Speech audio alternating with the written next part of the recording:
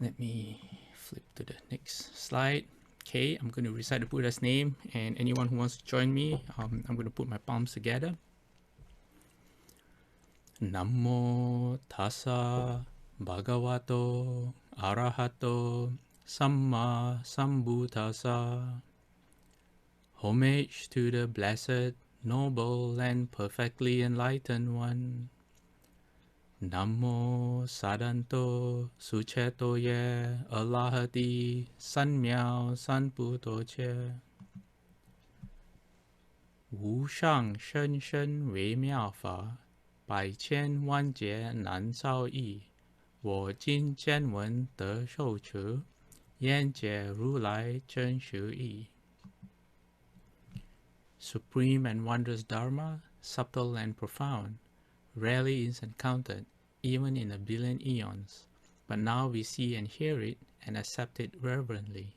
May we truly understand the Buddha's actual meaning. Welcome everyone to class number 6. It is 5 p.m. here in California, and it is, let me see, Tuesday. Yes, days kind of blend together now. Not much difference between weekends and weekdays. And it is 8 a.m. If you are on the other side of in Asia, Wednesday. And let's recite the Buddha's name 7 times. I'm going to put my palms together too. Okay, let me mute all. Yes, okay. Namo Quelling Disasters, Lengthening Life, Medicine Master Buddha. Namo Quelling Disasters, Lengthening Life, Medicine Master Buddha. Namo Quelling Disasters, Lengthening Life, Medicine Master Buddha. Namo Quelling Disasters, Lengthening Life, Medicine Master Buddha. Namo Quelling Disasters, Lengthening Life, Medicine Master Buddha. Namo Quelling Disasters, Lengthening Life, Medicine Master Buddha. And for the final time, Namo Quelling Disasters, Lengthening Life, Medicine Master Buddha. Hello everyone. While we are waiting for more people to join us, I thought maybe we could do a quick recap of what we've done so far. So classes 1 and 2 has been a overview of the Sutra, and then I realized that given what was going on, people might be more interested going straight to the practice. So instead of starting from the beginning of the Sutra, I did something a bit unusual, which was to jump right into the part of where the Sutra outlines the different practices that are connected to Medicine Master Buddha. So we are right now in the section of being mindful of the Buddha's name. And I've been spending a bit more time on this because it's very, it's similar. The practice is similar to Amitabha's Pure Land practice, the Western Pure Land. The only difference is, I guess, if you are mindful of the Buddha, you are mindful of Amitabha Buddha if you want to go to the Western Pure Land. But if you have stronger affinities with the Eastern Pure Land, which is Medicine Master Buddha's Pure Land, the land of Vaidurya, then you would recite Medicine Master Buddha's name.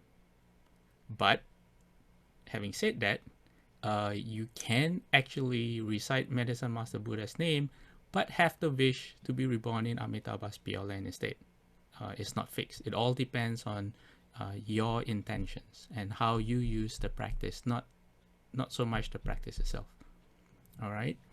And so in the last class, we were going through what the 6th Patriarch had to say about Pure Land practice, and we haven't finished yet, so we're going to continue that for today. And while we're still waiting for more people to join us, does anyone have any questions about what we've been discussing in the last few classes? Anyone? Or any thoughts to share? No? Okay. In case you do not know, we have a complement to this online class, which is a WhatsApp group. And in this WhatsApp group, we've been having hopefully more robust discussions. So far, there's been a few questions. The WhatsApp group is where I share additional notes, such as from the last class, we talked about wrong views. And instead of having a whole session just speaking about wrong views, because there's a lot to speak about, I shared the notes that I had about what wrong views were in the WhatsApp group. And the WhatsApp group is also a way for people to ask questions or share their thoughts or find clarification. And I think it's very interesting when you have many people. Let me see how many people are in the WhatsApp group. Group info 69. We have 69 people, which means that if 69, all of them or some of them share their thoughts, then everyone benefits from having group wisdom. So if you want to join the WhatsApp group, please send me an email at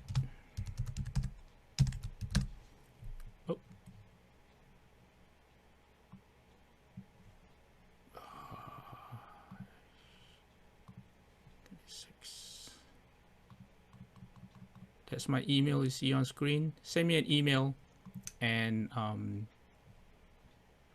we'll add you to the WhatsApp group. Okay. Also, because I'm unable to see people's faces or reactions, and I don't, from the names that are on the chat list, I'm not sure who everyone is. So if I'm going a bit too quickly, please let me know. If there are some terms that I do not explain, but anyone on the group would like it to be explained, please bring it up in the chat box, or you can, I think they are kind of like emoticons that you can use in the chat box, or just interrupt me, just unmute your microphone and ask your question, and I would really appreciate if people could do that, because sometimes I take these terms for granted. Okay, I see in the group chat right now, said from Brennan, I feel I have more affinity with medicine Buddha, but wish to be reborn in Amitabha's pure land. Glad to know I can recite medicine Buddha's name and yet seek rebirth in the Western Pure Land. Yep, you can. I believe I've mentioned in the Dunhuang caves in China, which has a lot of paintings of Medicine Master Buddha's Pure Land. They found inscriptions by the people who commissioned those paintings. They didn't paint it themselves, but they got artists to paint it. And in the inscriptions, they say that they dedicate the merit and virtue of the work that they've done to Amitabha's Pure Land. So same thing, they use the practice of Medicine Master Buddha, but their intention of doing that is to be reborn in the Pure Land. And Tammy just asked me if I could be a bit louder. I've just maxed my volume, Tammy. I hope that helps. If not, let me know. Let me see if there's something else I can do. Okay, let's go back to the sutra, the 6-Patriarch Sutra. This is where we stopped 2 days ago, and I'm going to increase the size. Okay. So I'm going to start from here. If you see on your screen, kindness and compassion are Guanyin or Avalokiteshvara, sympathetic joy and equanimity are Mahastamaprata. Purifying oneself is Shakyamuni, and to be unprejudiced and free of guile is Amitabha. So the first four, kindness, compassion, sympathetic joy, and equanimity, are the four Brahma Viharas, as we covered 2 days ago. And then egoism and arrogance are Mount Sumeru, sensual desires are the ocean's waters, and the afflictions are its waves. Cruelty is an evil dragon, vanity and dissoluteness are the ghosts and spirits, worldly passions are the fish and turtles, lust and hatred are the hells, and delusion is the animals. Good and wise friends, always practice the 10 good deeds and you can easily reach the heavens. Get rid of egoism and arrogance, and Mount Sumeru topples. Eliminate sensual desires, and the ocean's waters dry up. When the affliction cease, the waves come. Okay, let me scroll. When cruelty is ended, the fish and turtles are no more. Okay, let's continue with the next page. The enlightened nature of the Tathagata radiates an effulgent light on the ground of your own mind. Outwardly, this light illuminates the 6 gates, and its purity can penetrate through the 6 desire heavens. What are the 6 gates? The 6 gates are your eyes, your ears, your nose, tongue, body, and mind. Okay? I'll say it again. The 6 gates are your eyes, ears, nose, tongue, body, and mind. Basically, the 6 gates is how you filter reality. Just as a scientist has instruments, like astronomers, they have telescopes, different kinds of telescopes, optical telescopes. They have radio telescopes that measure the universe and the night sky. We use our 6 senses to measure our reality. So just as the instruments, just as the knowledge of scientists are limited by the instruments that they have, so our concept of reality is also limited by our 6 gates. All right. Questions? I would appreciate if people would understand that. If not, I'm going to go on. Inwardly, it illumines the essential nature and dispels the 3 poisons, and retributions like the hells vanish in an instant. Inside and outside are clear, true and true, no different from the Western land. But if you do not cultivate in this way, how could you ever go there? So this finishes the 6 patriarchs' explanation of what the Pure Land is. What we just went through, okay, let me do whole page. This part, when the 6th patriarch was equating practice to the world itself. Okay, let me mute all again. Okay. What the 6th patriarch is doing is he is equating the forms of the Saha world or samsaric existence to the suffering that's inherent in these forms of existence. Sometimes the suffering is really explicit, is really obvious, but usually suffering, which is dukkha, is more translated as the inability to have lasting satisfaction. It means that your happiness or your satisfaction is always fleeting. And so because it's always fleeting, you always have to search for the things that make you happy. The happiness itself does not last. Your relationship with the thing that makes you happy does not last. Okay, and maybe this is a good time to show you this. This is a poster that I made to I wanted people to graphically present what samsara is, and I thought, you know, Snickers, they used to have a tagline when I was growing up, Snickers always satisfy, so this is a riff of Snickers. I hope they don't sue me. As I read the chat box, I will increase this so people can see what. Okay, let me see chat box. Melinda asks, when reciting medicine master's name for 7 times, when 7 times or why and not 3 times? Is number 7 an auspicious number? Because when a person passes away, also encouraged to do all the merits for the person. 7 times 7, 49 days, for example. Offhand, I do not know why 7.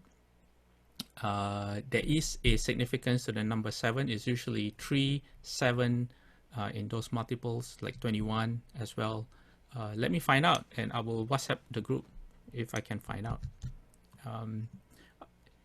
This description of samsara is really interesting. I got it from a monk, a Theravada monk that wrote a book called Buddhist Cosmology, and it's really worth just reading. It says the entire cosmos from top to bottom, encompassing all its fascinating and terrifying variety, is samsara. It is the arena of all manifestation, action or karma, and result of action. It is dependently arisen, contingent, imperfect, and all forms within it are impermanent and subject to change and dissolution. Every realm, every being, that's us, every formation is marked by the three characteristics of imperfection, impermanence, and emptiness of any self-essence. Samsara is suffering and change, and it is all, in the last analysis, void. He goes on to say, the noun samsara is derived from the verb samsarati, which is to move about continuously, to come again and again. That means our rebirths. This is the essence of the idea of samsara, that all the beings in the cosmos are continually engaged in endless transformation and movement. There is no real satisfaction to be found anywhere within it. All this faring on is ultimately pointless.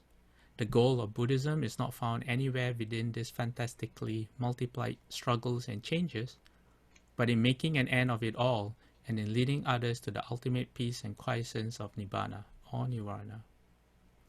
So this captures, is very elegant or very straightforward, because it just captures what our existence is.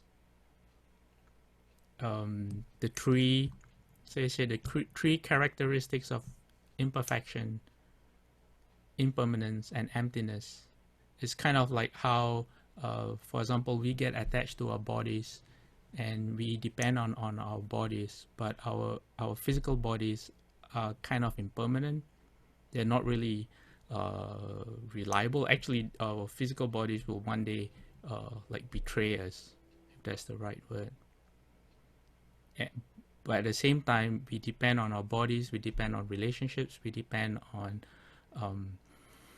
things around us, our possessions, our assets, to make us happy. But none of these things can last. It doesn't give us any lasting emptiness. So to me, it's kind of like if I want to take a long distance drive and I have a car which is not really reliable, you know, you turn the steering wheel and it might not move in the direction that you want, or the steering wheel might come off, or the brakes sometimes work and sometimes don't, you know, it would not give me any confidence at all. But human beings, because we don't know any better, we rely on like broken down cars and things to make us happy. Yeah. Okay. Sorry to spoil your day. But that's why we have the Pure Land practice, to get out of samsara. Okay. Brandon asked if I can share the book on Buddhist cosmology. Yes, I can. I'm going to send it to you through the WhatsApp group. Okay. Where are my notes? Okay, so what the sixth Patriarch is trying to do is he's trying to bring the practitioner back to where it counts, which is your practice.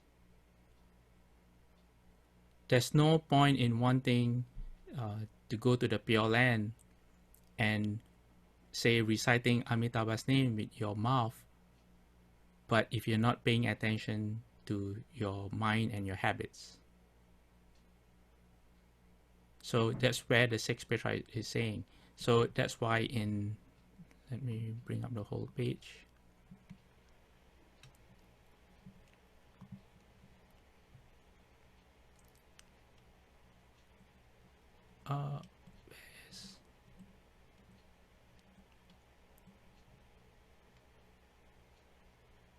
Here. Says inside and outside are clear through and through, no different from the Western land. So he's trying to say, if you want to access the Western Pure Land or the Pure Land, first of all, ask yourself, are you pure? It says, if you do not cultivate in this way, how could you ever go there? So the Pure Land relies on the ability of yourself, through a Dharma door or a practice like reciting Buddha's name, to be able to calm yourself down, calm your mind, and be able to see through your habits and work on your habits. Through the, he outlined like the 10 good deeds, for example. He gave us a place to look at through our eyes, ears, nose, tongue, body, and mind. He talked about the 3 poisons, every thought of greed, anger, and ignorance, he said.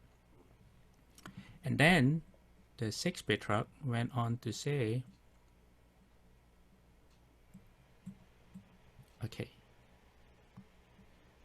right at the top, says, good and wise friends, if you wish to cultivate this practice, you can do it at home. You do not have to be in a monastery. If you can cultivate at home, you are like the person of the East whose mind is good. Conversely, being in a monastery but not cultivating is like the person of the West whose mind harbors evil. Just purify your mind, that is the best of your essential nature. Alright, let's continue before we think about it more. So Prefect Wei, who started all this, he was the one who asked the question. He said, how can this be practiced at home? Please teach us. So the master replied, oops. Okay, I will recite an unconditioned verse for you. As long as you practice in accord with it, you will be as if always by my side. However, if you do not cultivate, then what benefit in your search for the way is shaving your head and taking ordination? So I guess there's a lot of left-home people in the 6 Patriarchs audience. So he gives us a verse. He says, the mind regulated and subdued, why toil following rules? Your steps straight and true, what use is sitting in meditation? Gratitude, being filial and supporting your parents. Righteousness, being sympathetic to those above and below. Deference, high and low, showing mutual respect. Patience, not gossiping about everyone's wrongs. If rubbing sticks can spin smoke into fire, then a red petaled lotus can surely spring from the mud. Okay, let me scroll up. Good medicine is bitter to the taste. Good advice often hurts the ears. Reforming your failings gives birth to wisdom. Excusing and defending them shows a petty mind. Persist daily in being generous and forgiving. Donating money, however, cannot bring enlightenment. Search out Bodhi only in the mind. Why waste effort seeking outside in the occult? Is that how you pronounce it? Occult? Just practice according to these words, and paradise will appear right before your eyes. Okay. And then he concluded by saying, good and wise friends, all of you should cultivate according to this verse. Take hold of your essential nature and directly realize Buddhahood. Time waits for no one. This gathering has ended. It is time to leave. I will return to Chelsea. If anyone has doubts, then come and ask me about them. Okay, so let me scroll back again to what the 6th Patriarch said. What is he talking about? He's talking about character. Your daily attitude to yourself and to people around you. What he says, gratitude, by recognizing kindness, for example, from your parents or people that have shown you kindness and supporting those people. Being righteous, by being sympathetic to those above and below you. Okay, don't be egoistic, be deferent to people who are above your station and below you, and you show mutual respect to all. Have patience, which means not gossiping about everyone's wrongs. Don't highlight what you think are people's mistakes. So it says, good medicine is bitter to the taste, and good advice often hurts the ears. Okay, we have a chat. Ru Chang says that just wanted to share that for praying for COVID-19, a venerable recommended to recite medicine Buddha's name instead of the mantra, because when upholding the mantra, you need to uphold precepts and maintain Buddhist vegetarian. I wouldn't. I'm not sure what to say to that. I think the mantra practice of the mantra is open to all. Of course, if you want to be a vegetarian, it might be helpful, I guess. I'm not sure, but I don't think the practice outlined here is restricted by that. Yeah. And then from Miss Yap, can you kindly advise on the sentence that mentioned donating money doesn't bring enlightenment? Okay, that was on the following page. Oh, here. Okay, donating money, however, cannot bring enlightenment. The sixth patriarch is, okay. Donating money, however, cannot bring enlightenment. What the sixth patriarch is saying is that if you do external acts, like generosity, you help people,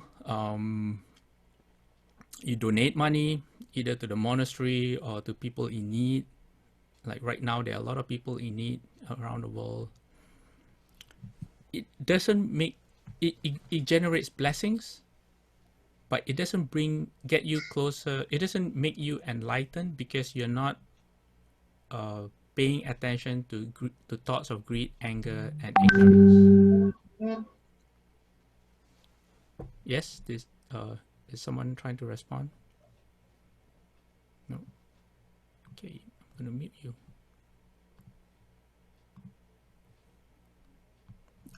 Sorry, I lost my train of thought because I keep getting messages, and I'm going to close my.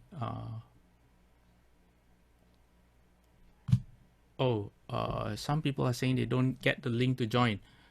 It's the same link, but let me send the link out again. Okay. All right. Sorry about that.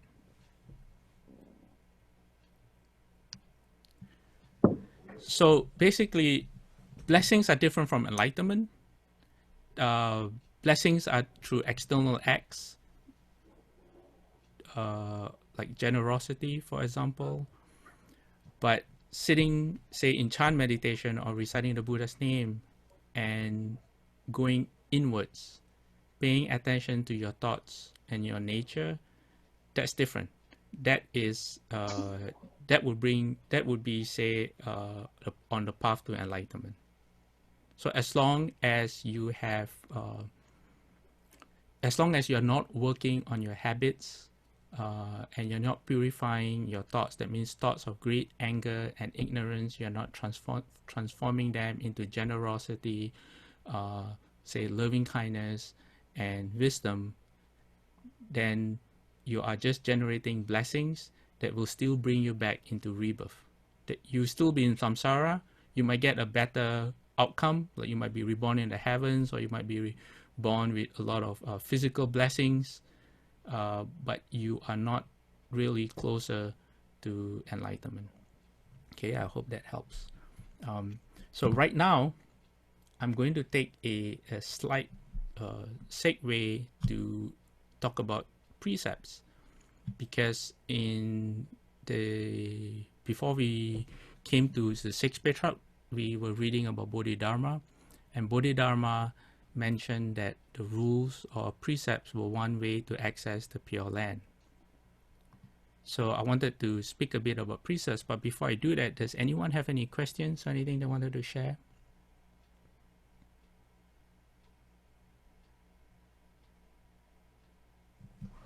No?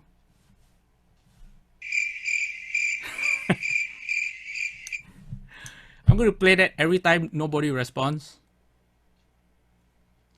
Let me look at the chat box. Okay, you had something. The names of the sages are mantras too. It's it is invoking their presence when reciting with a sincere and focused mind. Yes, that's true. Mantras, some mantras are made out of names of sages as well as Dharma protecting spirits. And what about accumulating good karma? Doesn't that link to the path? That was the same person who asked the questions about donating money, for example. Yes, it depends on your intention. It does help you. For example, you can donate money with a bodhisattva kind of intention, or wish that all beings become free from suffering. But if you never work on your thoughts of greed, anger, and ignorance, it just results in blessings that brings you back to rebirth. Maybe when I send out that Buddhist cosmology book in the WhatsApp group, you can read that. Or when we come to the section of karma, I later on, when we get back to the sutra itself, there are several concepts that I would like to highlight, like karma or cause and effect, making vows, and for example, right now, precepts. So I used to think of precepts as something restrictive. I remember when I first heard about I first had the opportunity to take the 5 precepts.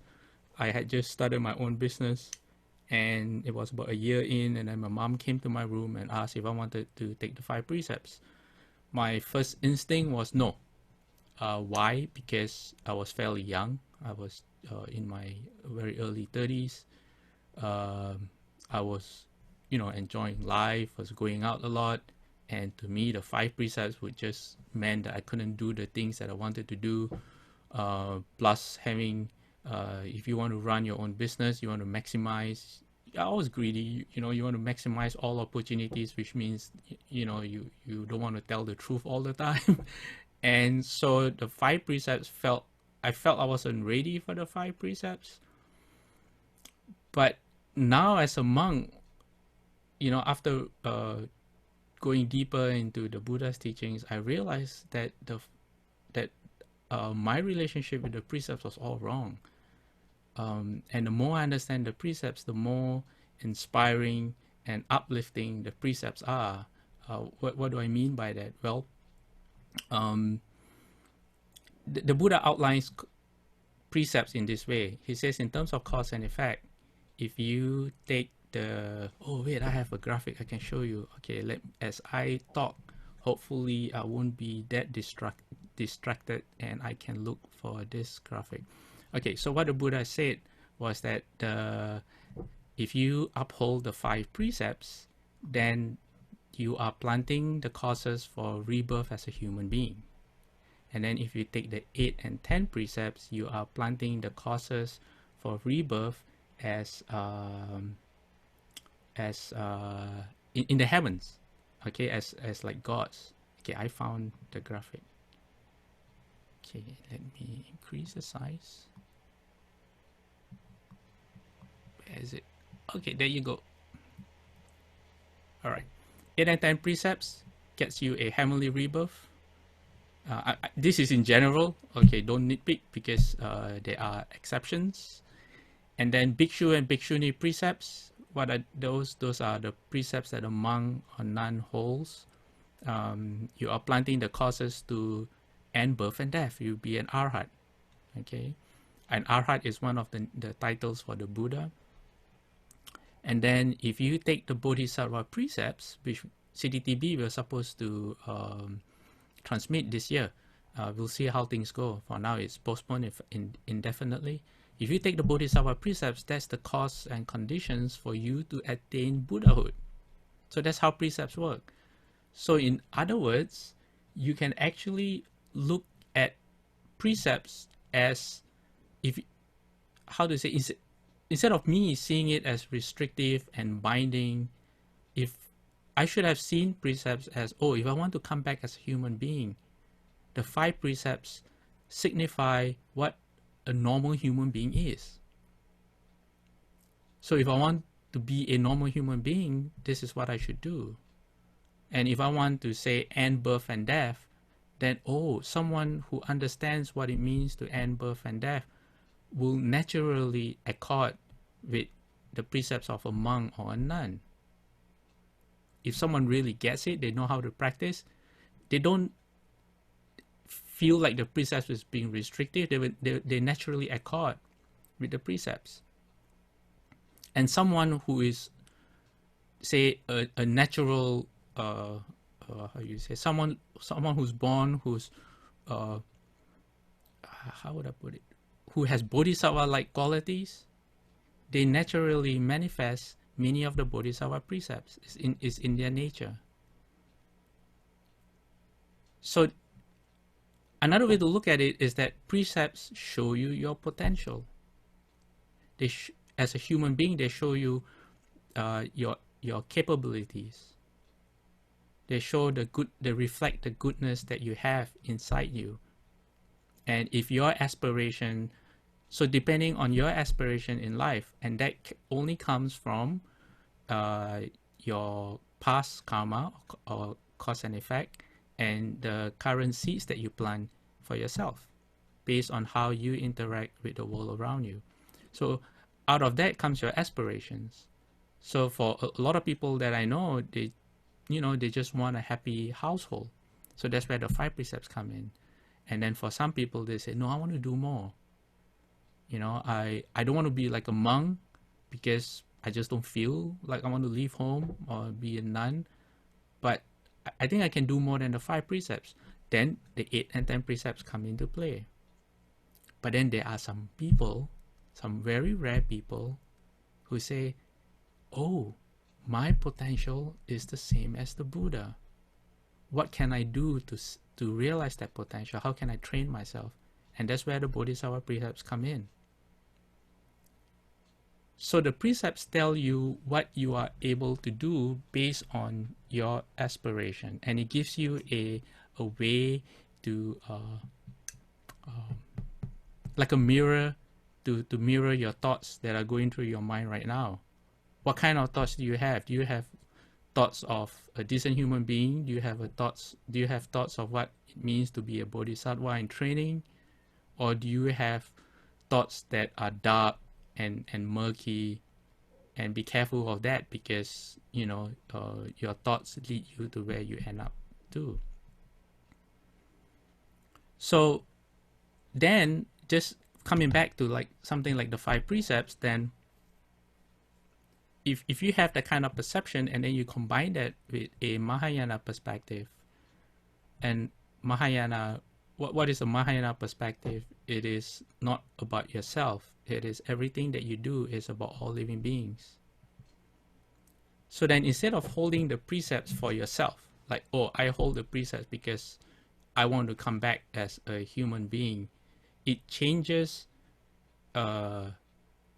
it transforms that perspective into what a bodhisattva would do, which is holding the precepts on behalf of all living beings.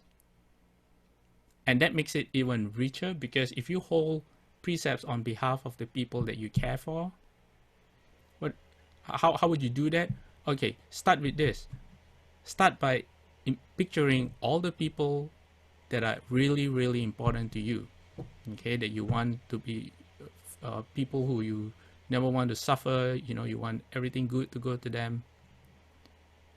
Now imagine as they go through life, do you want them to encounter people who are always trustworthy, so that they will never encounter lies? They can trust everyone that they meet, so their hearts and minds are always at ease.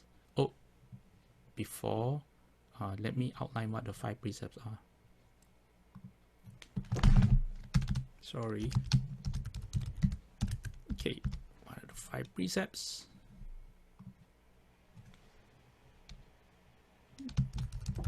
Refrain from killing.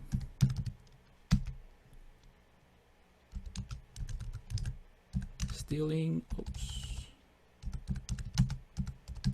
Lying. Sexual misconduct. And intoxicants. Okay, so those are the 5 precepts. So we talked about lying. People that you care for as they go through life, like my mom, my brothers, my niece, my nephews. nieces and nephews, I want them to be always around.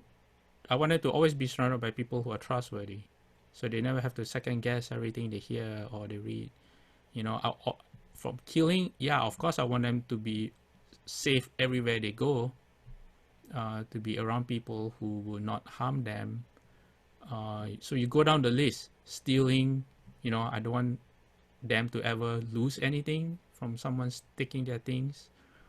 I always want them to their partners to always be faithful both ways, so they have happy families.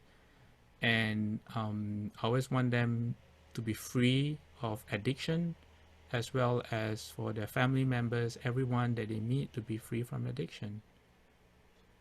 So then you turn that around and you ask yourself, if this is what you want for the people that you care for, then because you care for them, what is your behavior towards them? So I wish I knew this when I had the opportunity to take the 5 precepts, because for years I was just taking the 5 precepts only for myself. It never came alive. It never touched my heart. It's I had problems explaining why I was holding the 5 precepts. And it wasn't. I don't think there was any like dharma or wisdom.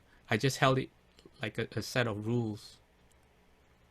Yeah, it definitely wasn't inspiring. I knew it was something good. I knew it was something that I should do, but it wasn't something that I really wanted to do. Okay, we are coming to the end of today's class. Let's look at the chat box again. Lay Bodhisattva precepts, is this the same as Bodhisattva precepts? Yes, there are 2 kinds of Bodhisattva precepts. There's the 10 major and 48 minor that we transmit to monks and nuns.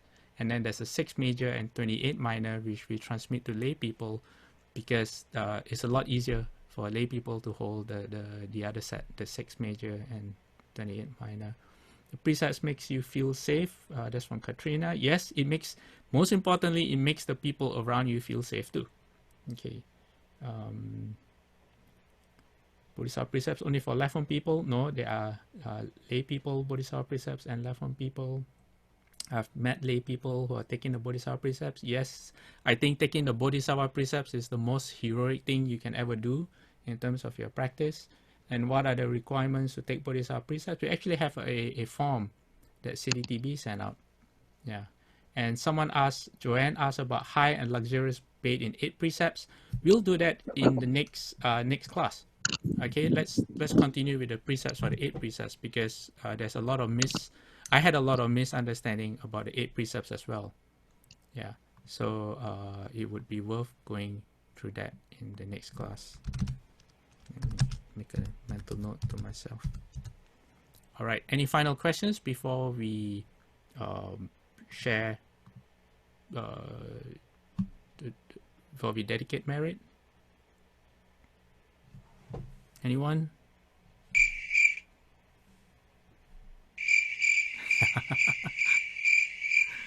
Okay, no, all right, let me find